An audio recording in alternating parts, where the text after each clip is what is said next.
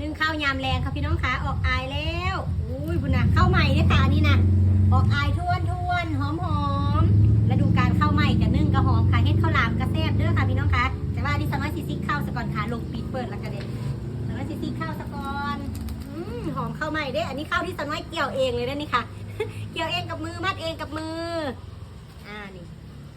เดี๋ยวมีอีกอันนึงเดี๋ยวสน้อยที่พามื้อนี้เดี๋ยวสิเอาข้าวหลามข้าวใหม่มาสู้กินนะคะข้าวหลามข้าวใหม่ใส่เผือกแซ่บค่ะเดี๋ยวสน้อยสิเอามาสู้กินเด้อจ้าเดี๋ยวพาแป๊บนึงสน้อยไปเอาข้าวหลามซะก่อนค่ะ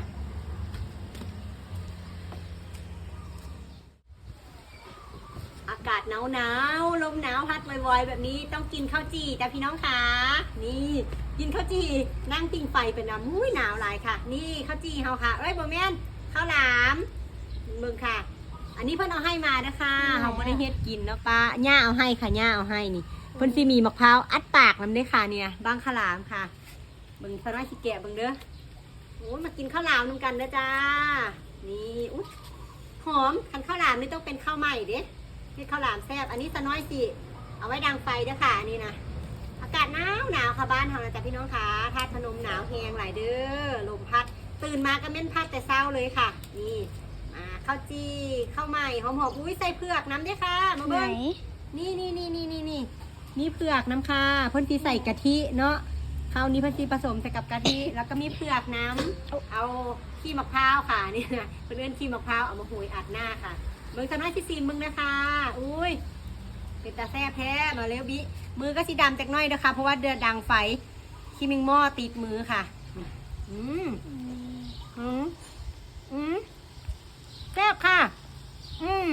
ประเทศเบาหวานแหงหอมข้าวใหม่กับมันนะหอมตอนน้อยมักเลยค่ะปกติเป็นคนมักกินเผือกอยู่แล้วพอดีมันใส่เผือกน้ำนี่แซ่บเลยที่หอมกะทิจากน้อยค่ะแซ่บหลายมาค่ะพี่น้องค่ะคลิปนี้สาวน้อยกระพาพี่พาน้องมากินบ้างข้าวหลามค่ะอีสานบ้านเฮาได้ข้าวใหม่ขึ้นแล้วเรียบร้อยแล้วก็เฮ็ดข้าวหลามแล้วค่ะปีนี้ปกติลุงเพิ่นสิเฮ็ดข้าวหลามนะคะแต่ว่าปีนี้บ่ทันได้เห็นเพิ่นเฮ็ดเนาะเพิ่นอาจสิเฮ็ดถ้าเพิ่นเฮ็ดเดี๋ยวสาวน้อยสิเก็บภาพมาฝากด้วยค่ะเฮ็ดข้าวหลามจ้ามามื้อนี้มากินข้าวหลามกับสาวน้อยเด้อข้าวหลามข้าวใหม่ใส่เผือกหอมๆค่ะ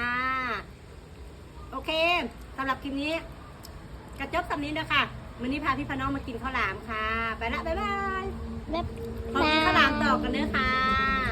กินข้าวหลามเศร้ามัวเข้าทิ้งไฟไปน้ำอากาศหนาวๆไปละบ๊ายบาย